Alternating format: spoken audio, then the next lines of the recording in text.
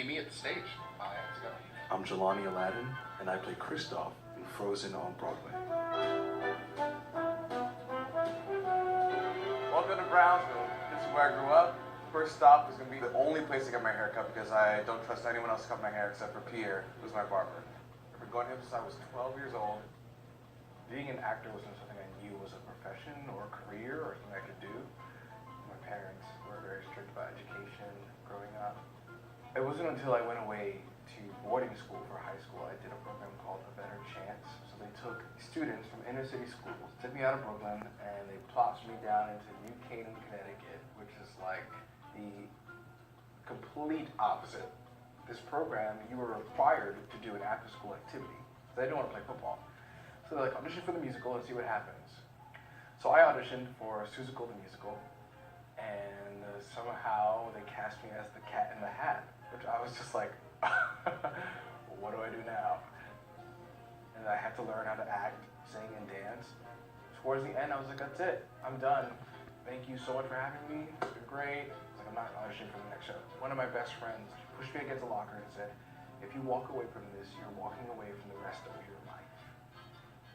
And for me, as like a 14-year-old, I was shook. I was just like, whoa, okay, if somebody really believes in me that much, then maybe I should do it. I did the summer intensive at NYU, Cap 21. I mean, that summer I had my first acting class. And that's when I said, oh, this is what I want to do. I finally understood so many things. And that's when I said, well, I want to do this for the rest of my life. I want to be an actor. Oh, yeah. Huh? Oh, no, I'm in Frozen. No, Broadway. Yeah. Oh, no. Give us one line. One line from what, the show? Oh, God. It's just like, reindeers are better than people. Sven, do you think that's true? So that's like one of the The vibrato is key. Since I was a kid, I've always wanted to be a Power Ranger. That was like a thing. At that time, it was just play. And little did I know that that was the root of imagination, of storytelling becoming a part of my DNA. This is my house that I grew up in. This is where most of the Power Ranger action happened. It was something about imagining a world and trying to recreate it attracted me at a young age. Though I didn't understand it was acting, I just thought it was fun. This is my mom.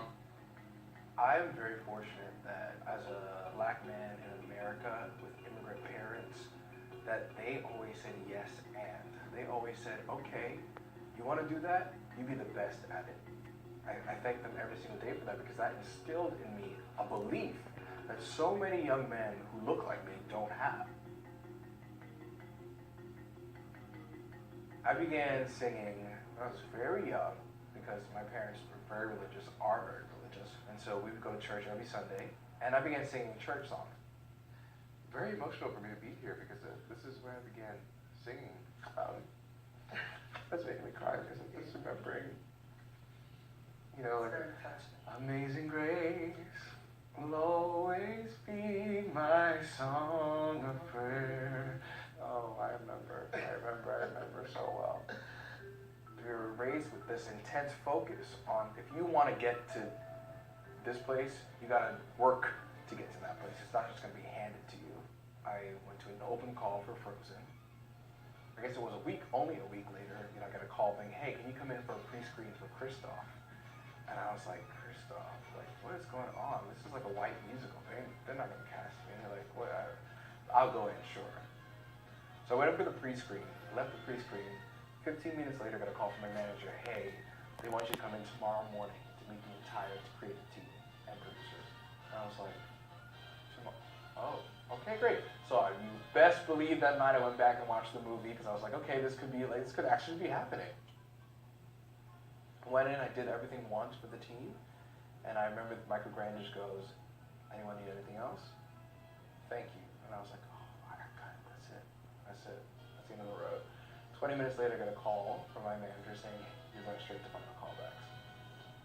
Halfway through that, I get the call that I'm going to be using Frozen on Broadway and playing Kristoff, and my life then changed forever.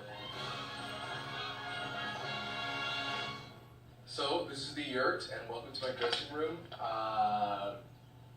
This is it. So I usually start by cleaning out my filter to steam, because I gotta steam that throat before I go sing these notes out here.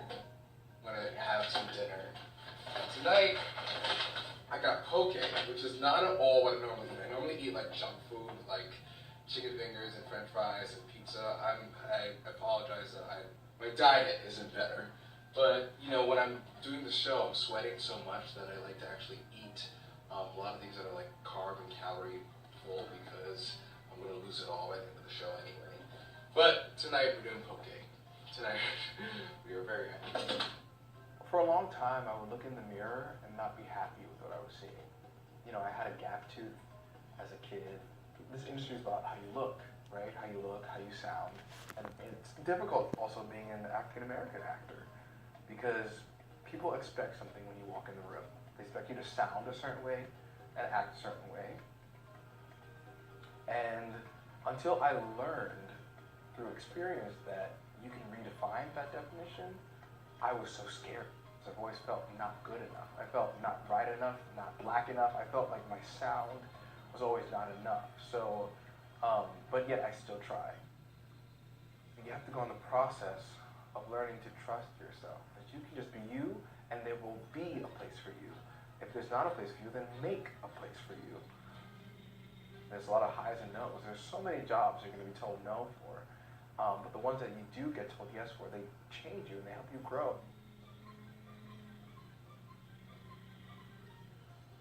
First I put on my undergarments, then the pads, then I put on my pants, and then I put my suspenders on, my sweater on over that, and then I pin in that hat, that iconic Christoph hat, and I am off to the races. And there I am. I am now ready for showtime.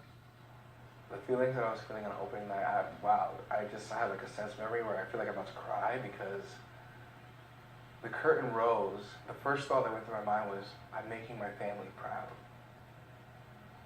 That's all I want to do with my life. That's all. I just want to make them proud. I just want them to say, that's my son. That's always been my goal in life.